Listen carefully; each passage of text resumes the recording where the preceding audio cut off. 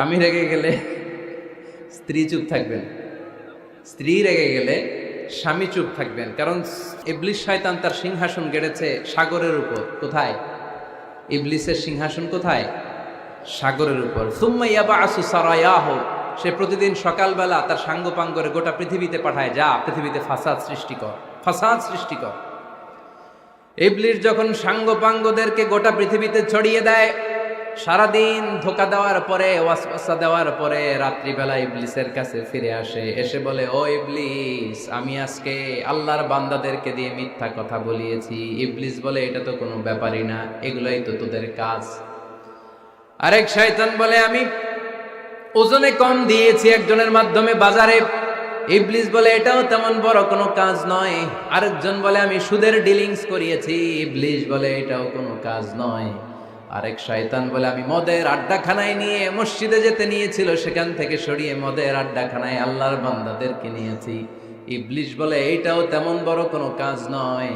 আরেক শয়তান এসে বলে, মা তারাকতুহু হাত্তা ফাররাকতু বাইনাহু ওয়া বাইনা ইমরাআতিহি, আমি এক আল্লাহর বান্দার সাথে বান্দির ঝগড়া লাগিয়ে, ঝগড়া করাতে করাতে তালাক পর্যন্ত নিয়ে গিয়েছি। মা তারাকতুহু হাত্তা ফাররাকতু বাইনাহু ওয়া বাইনা ইমরাআতিহি, আমি এক ইমানদার পরিবারকে ধ্বংসের শেষ প্রান্তে নিয়ে গিয়েছি। সামান্য ঝগড়ার পরে আমি ওয়াসওয়াসা দিতে দিতে ঝগড়া বাড়াতে বাড়াতে তালাক পর্যন্ত নিয়েছি। ইবলিস বলে, শাবাশ, তুই তো কাজের মতো কাজ করেছিস, আমার কাছে আয়, আমার কাঁধে ওঠ। ইবলিস তখন ওই শয়তানকে কাঁধে নিয়ে নাচতে শুরু করে। নাউজুবিল্লাহ পড়বেন না? এজন্য ইমানদারদের সংসার ভেঙে খান খান হোক, এটা হলে ইবলিস খুশি, আর ইমানদারের পরিবার টিকে থাকলে আমার আল্লাহ খুশি। আমরা কার খুশি চাই? এজন্য শয়তানরে খুশি হতে দেয়া যাবে না। ইমানদারদের পরিবারগুলো ঝগড়ার মাধ্যমে ভেঙে যাক, সব সময় শয়তানের মিশন এটা। আর ইমানদারদের পরিবারগুলো টিকে থাক, এটা আমার আল্লাহ সব সময় চায়। সুবহানাল্লাহ পড়েন। এজন্য দৌলতপুরের ভাইরা ঝগড়া করবেন না। ঝগড়া কিন্তু নবী রাসূলদের পরিবারেও ছিল, আল্লাহ রাসূল সাল্লাল্লাহু আলাইহি ওয়াসাল্লামের পরিবারেও ঝগড়া ছিল। এটা স্বাভাবিক, দাম্পত্য জীবনের খুব সিম্পল ইস্যু। একজন রাগ করলে আরেকজন থেমে যাবে। পারবেন? কি হলো, পারবেন না? আল্লাহর হাবিব সাল্লাল্লাহু আলাইহি ওয়াসাল্লামের সাথে আম্মা জান আয়েশার ঝগড়া হতো। মজার একটা হাদিস শুনেন, সহিহ বুখারীর হাদিস, মুসনাদে আহমদ ইবনে হাম্বলও এসেছে এই হাদিসটা। আম্মা জান আয়েশার সাথে ঝগড়ার পর আম্মা জান আয়েশাও রাগ, আল্লাহ রাসূল সাল্লাল্লাহু আলাইহি ওয়াসাল্লামও রাগ। এখন রাগ মেটানোর দরকার আছে না নাই? আল্লাহ রাসূল সাল্লাল্লাহু আলাইহি ওয়াসাল্লাম বললেন, আয়েশা চলো মিটমাট করে ফেলি। সুবহানাল্লাহ কইবেন না? চলো মিটমাট করি। তো কারে ডাকবো মিটমাটের জন্য? ওমর রে ডাকি। আম্মা জান আয়েশা বলে, না, ওমর গলিব, ওমর খুব মেজাজ ওয়ালা, আমার ডর লাগে। তোমার আব্বারে ডাকি। আব্বারে ডাকেন, আব্বারে ডাকেন। খুশি হয়ে গেছেন আম্মা জান আয়েশা রাদিয়াল্লাহু। আবু বকর রাদিয়াল্লাহু চলে আসলেন, দাঁড়ালেন। এবার বিষ্ণু সাল্লাল্লাহু আলাইহি ওয়াসাল্লাম বললেন, তাতাকাল্লিমিন আও আতাকাল্লাম, কি ঘটছে আমাদের মাঝে, তুমি বলবা না আমি বলবো? আম্মা জান আয়েশা বললেন, তাতাকাল্লামু আনতা ওয়ালা তাকুল ইল্লা হাক্কান, আপনিই বলেন, তবে সত্য ছাড়া মিথ্যা বলেন না। আবু বকর রাদিয়াল্লাহু তাআলা আনহু শুনে রেগে গেলেন, কি, এ কেমন কথা তোমার? নবীকে উদ্দেশ্য করে তুমি বলছো সত্য ছাড়া মিথ্যা বলবেন না? নবী কখনো মিথ্যা বলবে নাকি? রেগে মেয়ের গায়ে মেরেছে এক চর। চর খেয়ে আম্মা জান আয়েশা উল্টে পড়ে গেলেন। সাইয়েদনা আবু বকর রাদিয়াল্লাহু তাআলা আনহু রেগে গড়গড় করতে লাগলেন, আবার মারার জন্য উদ্যত হলেন। আম্মা জান আয়েশা রাদিয়াল্লাহু তাআলা আনহু বাঁচার জন্য এবার বিশ্বনবীর পিছনে যে আশ্রয় নিলেন। সুবহানাল্লাহ পড়বেন না? বিশ্বনবী সাইয়েদনা আবু বকরের সামনে দুই হাত মেলে ভেবে দাঁড়িয়ে গেলেন। আল্লাহর হাবিব যখন আম্মা জান আয়েশাকে বাঁচানোর জন্য দুই হাত উঁচু করে দাঁড়িয়ে গেলেন, সাইয়েদনা আবু বকর থেমে গেলেন। সাইয়েদনা আবু বকর এই পরিস্থিতি দেখে ঘর থেকে বের হয়ে ঘরের বাইরে দাঁড়ালেন। এবার আল্লাহর রাসূল সাল্লাল্লাহু আলাইহি ওয়াসাল্লাম আম্মা জান আয়েশাকে তুললেন, বললেন, ইয়া আয়েশা কাইফা রাআইতিনি আনকাসতুকি মিনার রাজুল, দেখলা নাকি কেমন করে আমি তোমার বাবার হাত থেকে তোমারে বাঁচালাম? আজকে আমি যদি সামনে দাঁড়িয়ে না বাঁচাতাম, তোমার বাবা তোমারে একেবারে মেরেই ফেলতো। সুবহানাল্লাহ পড়ে। দেখছো আয়েশা, আমি বাঁচাইলাম তোমারে, আমার সাথে ঝগড়া করো, আমি বাঁচাইলাম। এই কথা শুনে আম্মা জান আয়েশা রাদিয়াল্লাহু তাআলা লজ্জায় পড়ে হেসে দিলেন। সুবহানাল্লাহ পড়বেন না? এত আস্তে সুবহানাল্লাহ। লজ্জায় হেসে দিলেন। বিষ্ণু সাল্লাল্লাহু আলাইহি ওয়াসাল্লাম এবার হেসে দিলেন। দুইজনের হাসাহাসি শুনে বাইরে থেকে আবু বকর রাদিয়াল্লাহু তাআলা আনহু হাসির আওয়াজ শুনে অবাক, কিরে এতক্ষণ যুদ্ধ এখন আবার হাসি কেন? হাসে দেখার জন্য সাইয়েদনা আবু বকর রাদিয়াল্লাহু তাআলা আনহু ঘরের ভেতরে ঢুকলেন। ঢুকে দেখেন আম্মা জান আয়েশাও হাসে, বিশ্বনবীও হাসে, সাইয়েদনা আবু বকর হেসে দিলেন। আরশের উপর থেকে খুশি হয়ে গেলেন কে? এবার সাইয়েদনা আবু বকর বলেন, ইয়া রাসূলুল্লাহ, ইয়া হাবিবাল্লাহ, আশরিকানি ফি সিলমিকুমা কামা আশরাকতুমানি ফি হারবিকুমা। নবী গো, আপনাদের দুইজনের মধ্যে যুদ্ধ লাগলে যেমনি মিটমাট করার জন্য আপনি আমারে ডাকেন, আপনাদের এই আনন্দ গণ মুহূর্তগুলোতে শরীক হওয়ার জন্য মাঝে মাঝে আমারে ডাইকে। সুবহানাল্লাহ পড়েন। আপনাদের মধ্যে যুদ্ধ লাগলে সন্ধি করার জন্য যেমনি আমারে ডাকেন, আপনারা যখন আনন্দ ঘন পরিবেশ এরকম খুনসুটি করেন, হাসাহাসিতে মেতে ওঠেন, তখন একটু আমারে ডাইকেন। সুবহানাল্লাহ পড়বেন না? দেখেন আল্লাহ রাসূল সাল্লাল্লাহু আলাইহি ওয়াসাল্লাম পৃথিবীর সবচেয়ে শ্রেষ্ঠতম মানুষ। উনাদের পরিবারেও ঝগড়া হতো, কিন্তু এই ঝগড়া কোনোদিন তালাক পর্যন্ত গিয়েছে? কথা বলেন না কেন? আল্লাহর হাবিব সাল্লাল্লাহু আলাইহি ওয়াসাল্লাম তার কোন স্ত্রীকে তালাক দিয়েছেন? প্রায় আম্মা জান আয়েশার সাথে রাগারাগি হতো। আল্লাহর হাবিব সাল্লাল্লাহু আলাইহি ওয়াসাল্লাম বলতেন, আয়েশা, কখন তুমি রেগে থাকো সেটাও আমি জানি, কখন তুমি আমার উপর খুশি থাকো সেটাও আমি জানি। ইয়া আয়েশা, ইন্নী লা আ'লামু ইযা কুনতি আন্নী রাদিয়া ওয়া ইযা কুনতি আলাইয়া গাদবা। আয়েশা, কখন রেগে থাকো তাও বুঝি, কখন খুশি থাকো তাও বুঝি। আম্মা জান আয়েশা বললেন, ইয়া রাসূলুল্লাহ, কেমনে বোঝেন? বিশ্বনবী বললেন, তোমার দোয়ার বাক্যগুলো শোনো বুঝি। যখন তুমি আমার উপরে খুশি থাকো তখন দোয়ার সময় তুমি এভাবে বলো, ওয়া রাব্বি মুহাম্মদ, ও মুহাম্মাদের রব, আপনি আমাদের সব গুনাহ মাফ করে দেন। আর যখন তুমি আমার উপর রেগে থাকো তখন তুমি মুনাজাতের সময় বলো, ওয়া রাব্বি ইব্রাহিম, ইব্রাহিমের রব, আপনি আমাদেরকে ক্ষমা করে দেন। তার মানে যখন তুমি রেগে থাকো তখন দোয়ার সময় আমার নামটা মুখে নিতে চাও না। সুবহানাল্লাহ পড়েন। তখন তুমি দোয়ার সময় অন্য নবীর নাম নাও। আম্মা জান আয়েশা বললেন, ইয়া রাসূলুল্লাহ, মা আহাজুরু ইল্লা ইসমাক, আমি তো শুধু নামটাই সরাই, আমার মুখ থেকে কেবল আপনার নামটাই সরায় রাখি, আমার হৃদয় থেকে কখনো আপনারে সরাতে পারি না। আমার হৃদয় জুড়ে আপনি, মা আহাজুরু ইল্লা ইসমাক, নবী হে, আমি শুধু দোয়ার সময় রাগের মাথায় আপনার নামটা বাদ দেই, হৃদয় থেকে তো আপনারে বাদ দিতে পারি না। সুবহানাল্লাহ পড়বেন না? তার মানে নবীদের ফ্যামিলি তো ঝগড়া এগুলো হতো, কিন্তু এটা তালাক পর্যন্ত গড়াতো না, ঠিক কিনা? তাহলে এখন থেকে আমাদের এই স্লোগান নিতে হবে যে ঝগড়া করলেও আমরা ডিভোর্সের দিকে যাব না। পারা যাবে? আর একজন রেগে গেলে আরেকজনকে চুপ থাকতে হবে। ভাবি রেগে গেলে আপনি চুপ, পারবেন? পারবেন না? ইনশাআল্লাহ। এই যারা বিয়ে করে না এরা ইনশাআল্লাহ, আর বাকিরা চুপচাপ। আওয়াজ করে পড়েন না ইনশাআল্লাহ। তাহলে প্রথমে স্যাক্রিফাইস, তারপর ঝগড়া করা যাবে না। 3 নাম্বার, দাম্পত্য জীবনের কোনো গোপন কথা অন্যের কাছে শেয়ার করা যাবে না। হাদিসে এসেছে, এটাকে বলা হয়েছে আ'যামুল আমানা, এটা সবচেয়ে বড় আমানত। যারা দাম্পত্য জীবনের একান্ত বিষয় কারোর সাথে শেয়ার করে তারা সবচেয়ে বড় কবিরা গুনাহ করে। আশারুন নাস বলেছেন বিশ্বনবী এদেরকে, সবচেয়ে নিকৃষ্ট মানুষ। ইয়াউমাল কিয়ামাতি মানজিলাতান, আল্লাহর কাছে কিয়ামতের দিন সবচাইতে নিকৃষ্ট হয়ে দাঁড়াবে ওই দম্পতি, ওই নারী কিংবা ওই পুরুষ, তুফদি ইলা যাওজিহি ওয়া ইউফদি ইলা যাওজিহা সুম্মা ইউনশিরু সিররাহা। তারা একান্ত সময়ে ফিজিক্যাল ইন্টিমেসিতে যা করে এটা পরে মানুষের কাছে বলে বেড়ায়, এরকম আছে না নাই? খবরদার, এটা বড় কবিরা গুনাহ। অনেক বোনরা একসাথে হলে দাম্পত্য জীবনের বিভিন্ন গোপন বিষয় নিয়ে কথা বলে, আছে না নাই?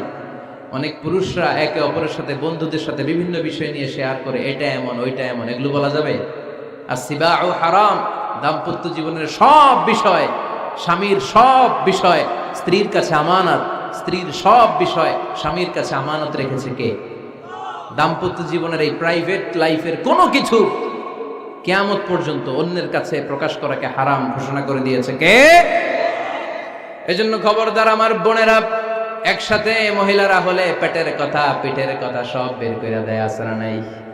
কিছু থাকে না, সব বের হয়ে যায়। খবরদার, সব বললেও দাম্পত্য জীবনের কোনো কথা শেয়ার করা যাবে?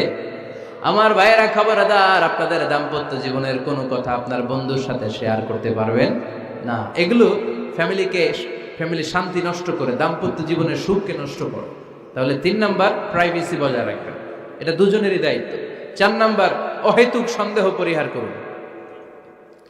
অনেক স্ত্রী আছে হাজবেন্ডের খালি সন্দেহ করে, এই ওদিকে তাকাইলা কেন, ওই মেয়ের দিকে তাকাইলা কেন, মোবাইল দেখি, মোবাইল দাও, ফেসবুকের পাসওয়ার্ড দাও, ঢুইকা দেখি মেসেঞ্জারে কার সাথে চ্যাট করছে, এই অফিসের ফাইল দেখি, এই এটা দেখি, এই তোমার ইনবক্স চেক করবো, এদিকে দাও। আছে না নাই? এই সন্দেহ ঘরটারে জাহান্নামের টুকরা বানিয়ে ছেড়েছে। অহেতুক সন্দেহ করবেন না।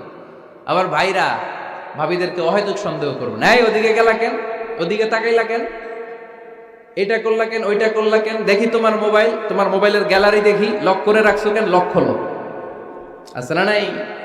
অহেতুক সন্দেহ ফ্যামিলিটারে জাহান্নামের টুকরা বানিয়ে দেয়। হ্যাঁ, ভ্যালিড কোনো অপরাধ যদি স্বামী করে ফেলে, ভ্যালিড কোনো অপরাধ যদি স্ত্রী করে ফেলে, পরকীয়ার কোনো বিষয় যদি প্রমাণিত হয়, বসেন, কনসাল্ট করেন, একে অপরের সাথে কথা বলেন, জিজ্ঞেস করেন। কিন্তু অহেতুক, আমি অনেক ফ্যামিলি এরকম দেখেছি, আমার কিছু বন্ধুকেও আমি দেখেছি যে এদের অবস্থা খুব খারাপ, খালি সন্দেহ করে। আছে না নাই? এই সন্দেহের রোগটা বড় রোগ, এই রোগ থেকে বেরিয়ে আসতে হবে। অহেতুক সন্দেহ করা যাবে না। 5 নাম্বার, হাজব্যান্ড ওয়াইফের দায়িত্ব হচ্ছে একে অপরের সহযোগী হতে হবে, সহকর্মী। আল্লাহর জান্নাত পাওয়ার ক্ষেত্রে একে অপরের সহযোগী। আপনি একা জান্নাতে যাবেন, ভাবি জাহান্নামে, এটা আপনি চান? জি না, আওয়াজ নাই আমগো গলায়। আপনি এটা চান? ভাবি একা জান্নাতে যাবে, আপনি যাবেন না, এটা ভাবি চায়? চায় না। তাহলে গেলে একসাথেই যান না, একসাথেই যান, একসাথেই যাবেন, আলাদা না। এজন্য আল্লাহর আনুগত্যে, আল্লাহর ইবাদতে, দাম্পত্য জীবনে একে অপরের সহযোগী হতে হবে। স্বামী ভুল করলে স্ত্রী সুন্দর করে শুধরে দিবে, স্ত্রী ভুল করলে স্বামী শুধরে দিবে। ফজরের সময় স্ত্রী হাজবেন্ডকে ডেকে দিবে, উঠতে না চাইলে ঠান্ডা পানির ছিটা দিবে। কারণ জান্নাতে একা যাওয়া যাবে না, গেলে দুইজনই যাবে। কথা কয় না? দুইজনেই জান্নাতে যাওয়ার দরকার আছে না নাই? যত বেশি আপনারা আল্লাহর আনুগত্যে আগাতে পারবেন, তত আপনাদের মহাব্বত বাড়ায় দিবে কে? এই যে হাজব্যান্ড ওয়াইফের ভালোবাসাটাকে বলে লাভ পিরামিড। কি pyramid? Love pyramid, like triangle, ত্রিভুজ আকৃতির। হাজব্যান্ড ওয়াইফের ভালোবাসাটা ত্রিভুজ আকৃতির। The closer the couple comes to Allah, the closer they comes to each other. Husband wife যত বেশি আল্লাহর কাছে যাবে, তারা নিজেরাও নিজেদের তত কাছে যাবে। হাজব্যান্ড ওয়াইফ আল্লাহর সম্পর্ক থেকে যত দূরে সরে যাবে, তারা নিজেরাও নিজেদের থেকে তত দূরে সরে যাবে। ঠিক কি না? ত্রিভুজ চিনেন আপনারা? হ্যাঁ, এই জিওয় কয়েকজন জিওয়, আপনারা ত্রিভুজ চিনেন না? চিনি, জিওয়, ঠিক আছে। ত্রিভুজের কয় কোণা? হ্যাঁ, 3 কোণা। এই যে এরকম লাভ পিরামিড, 3 কোণা। এই উপরের কোণায় আল্লাহর অবস্থান, আর এই কোণায় স্বামী, এই কোণায় স্ত্রী। তো তারা আল্লাহর দিকে যত যাবে, নিজেরাও তত কাছে যাবে। আর তারা আল্লাহর সম্পর্ক থেকে যত দূরে চলে যাবে, নিজেদের মধ্যে দূরত্ব বাড়তে থাকবে। ঠিক কিনা? পিরামিডটা বুঝতে পারছেন? ত্রিভুজ আকৃতির সম্পর্কটা লাভ পিরামিড এরকম, 3 কোণা। উপরের কোণায় থাকে আল্লাহ, এদিকে স্বামী, এদিকে স্ত্রী। তারা যদি আল্লাহর কাছে উভয়ে যেতে চায়, উভয়ে কাছাকাছি আসতেছে না? কথা বলেন না কেন? আর আল্লাহর আনুগত্য ইবাদত থেকে দুইজন যদি দূরে সরে যায়, তাহলে দুজনের দূরত্ব বাড়িয়ে দেয় কে? এজন্য স্বামী হবে স্ত্রীর সহযোগী, সহকর্মী। নামাজের সময় একে অপরকে ডেকে দিবেন, মোবাইলে অ্যালার্ম দিয়ে রাখবেন। স্বামী স্ত্রীরে ডাকেন, স্ত্রী স্বামীরে ডাকেন। স্বামী স্ত্রীকে কোরআন তেলাওয়াত শোনাবেন, স্ত্রী স্বামীরে কোরআন তেলাওয়াত শোনাবেন। ফ্যামিলিটারে জান্নাতি ফ্যামিলি বানায় দিবে কে? তাহলে এই 5টার দায়িত্ব কালেকটিভ রেসপন্সিবিলিটি, স্বামীর উপরও বর্তায়, স্ত্রীর উপরও বর্তায়। এগুলো মেনে চললে দাম্পত্য জীবন সুখকর করে দিবে কে? মনোযোগ আছে? কষ্ট হচ্ছে? এবার আমরা হাজব্যান্ডের দায়িত্ব শুনব। হাজব্যান্ডের প্রথম দায়িত্ব হচ্ছে, হাজব্যান্ড হচ্ছে caretaker of the family, incharge, protector. আর রিজালু কাওয়ামুনা আলান নিসা। আল্লাহ বললেন স্বামী হলো তার স্ত্রীর ইনচার্জ, প্রোটেক্টর। স্ত্রীকে সুরক্ষা দিবে, স্ত্রীকে টেক কেয়ার করবে, স্ত্রীর দায়িত্বে থাকবে। এই দাম্পত্য জীবনের দুইজনের সংসারকে, সংসারের মধ্যে স্বামীকে দায়িত্বশীল বানিয়েছে কে? পুরুষ দায়িত্বশীল। পুরুষ কখনো নারীর ক্ষতি করে না, সুপুরুষ নারীর ক্ষতি করে না। ঠিক কিনা? গোটা পুরুষ সমাজ নারী সমাজের সুরক্ষা দিবে। যেগুলো নারীকে একান্তে পেলে রেপ করে, এই যে ঢাকা বিশ্ববিদ্যালয়ে একটা রেপের ঘটনা ঘটছে না, যে এই বেয়াদবটা এই কাজ করেছে, এটা কি পুরুষ না কুপুরুষ? এটা কি সুপুরুষ না কুপুরুষ? সুপুরুষ নারীর প্রোটেকশন দেয়, নারীর টেক কেয়ার করে, তার ইনচার্জ, তার দায়িত্বশীল। দাম্পত্য জীবনে অর্থনৈতিক যত দায় দায়িত্ব আছে সব আল্লাহ তাআলা পুরুষের কাঁধে দিয়েছে। কার কাঁধে? এই দাম্পত্য লাইফে নারীর কোনো অর্থনৈতিক দায় দায়িত্ব নারীর কাঁধে আল্লাহ দেয় নাই। এজন্য সব অর্থনৈতিক দায়িত্ব পুরুষের ঘাড়ে। 4টা অর্থনৈতিক দায়িত্ব আছে। পুরুষ নারীকে মহারণা দিবে, পুরুষ নারীকে খাবারের ব্যবস্থা করবে, পুরুষ নারীকে পোশাকের ব্যবস্থা করবে, পুরুষ নারীর জন্য রেসিডেন্সিয়াল ব্যবস্থা করবে। ঠিক কি না? ওয়াআতুন নিসাআ সাদকাতিহিন্না নিহলা ফাইন তিবনা লাকুম আন শাইইম মিনহু নাফসান ফাকুলুহু হানিআম মারিআ। সুবহানাল্লাহ পড়ে। সব স্বামীদেরকে আল্লাহ ডেকে বললেন, ও স্বামীরা শোনো শোনো, বিয়ের পর সাথে সাথে স্ত্রীর কাছে তুমি মোহরানা আদায় করে দাও। মোহর দেয়া নফল নাকি ফরজ? জোরে বলেন। তোমরা কি দাও? সিলটি পুলা মোহরানা দাও? হ্যাঁ, মোহরানা দিতায় নাকি যৌতুক খাইতা? খিতা করতা? হ্যাঁ, কি দিব? মোহরানা দিব। মোহরানা দেয়াকে ফরজ করেছে কে? আল্লাহ। তো মোহর দিতে টাকা লাগে না? এই টাকার দায়িত্ব পুরুষের ঘাড়ে দিছে কে? 2 নাম্বার দায়িত্ব, আলাল মাউলুদি লাহু রিজকুহুন্না ওয়া কিসওয়াতুহুন্না বিল মা'রুফ। স্বামী স্ত্রীর জন্য খাদ্যের ব্যবস্থা করবে, পোশাকের ব্যবস্থা করবে। 3 নাম্বার, ওয়াসকিনুহুন্না মিন হাইসু সাকানতুম মিন ওয়াজদিকুম। নিজের সামর্থ্যের মধ্যে থেকে স্ত্রীর জন্য রেসিডেন্সিয়াল একটা এরিয়ার ব্যবস্থা করে দিবে। সুবহানাল্লাহ পড়ো। তাহলে অর্থনৈতিক দায়িত্বের মধ্যে 4টা: মোহরানা দেয়া, মিলস খাবারের ব্যবস্থা করা, মানে ফুডিং অ্যান্ড ক্লোথিং, পোশাকের ব্যবস্থা করা, সর্বশেষ রেসিডেন্সিয়াল ব্যবস্থা করা। এই যে অর্থনৈতিক সব দায়িত্ব, খরচ যেখানেই আছে সব দায়িত্বগুলো পুরুষের কাঁধে দিল কে? চিল্লায় বলেন কে? খরচের সবকিছু আল্লাহ তাআলা পুরুষের কাঁধে দিয়েছেন। এটা হচ্ছে পুরুষের ফিনান্সিয়াল দায়িত্ব। এবার দাম্পত্য জীবনে পুরুষের নন ফিনান্সিয়াল কিছু দায়িত্ব আল্লাহ তাআলা দিয়েছেন, এগুলো আমরা শুনব। এদিকে ওঠাওটি করলেন কে কে দেখি? আটকান, এদেরকে আটকান। ধরেন ধরেন, এদেরকে ধরেন। হ্যাঁ, কি হয়েছে? শেষ করে দিব তো? খিতা খইতা? হ্যাঁ, জোরে মাতো।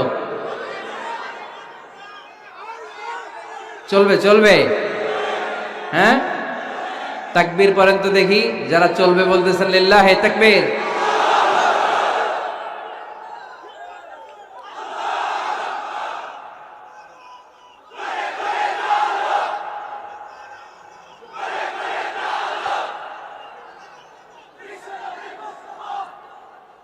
মাশাআল্লাহ মাশাআল্লাহ।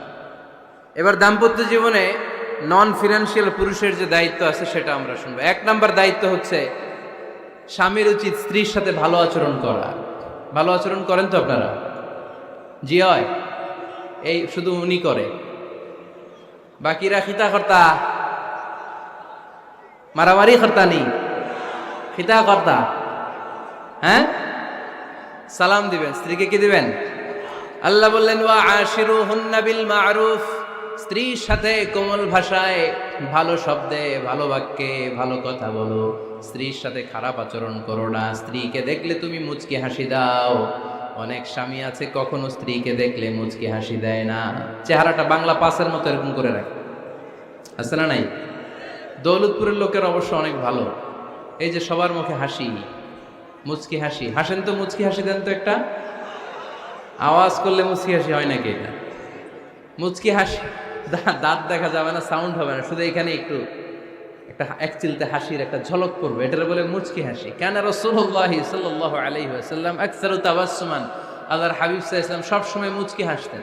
অনেকে আছে চেহারা গোমরা করে রাখে, জীবনেও হাসে না, এরকম আছে না নাই? দেখছেন এরকম আছে? এই এলাকায় তো নাই না? আছে। হাসবেন হাসবেন, মুচকি হাসতে পয়সা লাগে না। পয়সা লাগে? এজন্য হাসবেন। আল্লাহর হাবিব সাল্লাল্লাহু আলাইহি ওয়াসাল্লাম বলেছেন, ফাস্তাউসু বিন-নিসাই খায়রা। নারীর সাথে ভালো আচরণ করো। নারীদেরকে বাঁকা পাঁজরের হাড় দিয়ে তৈরি করা হয়েছে।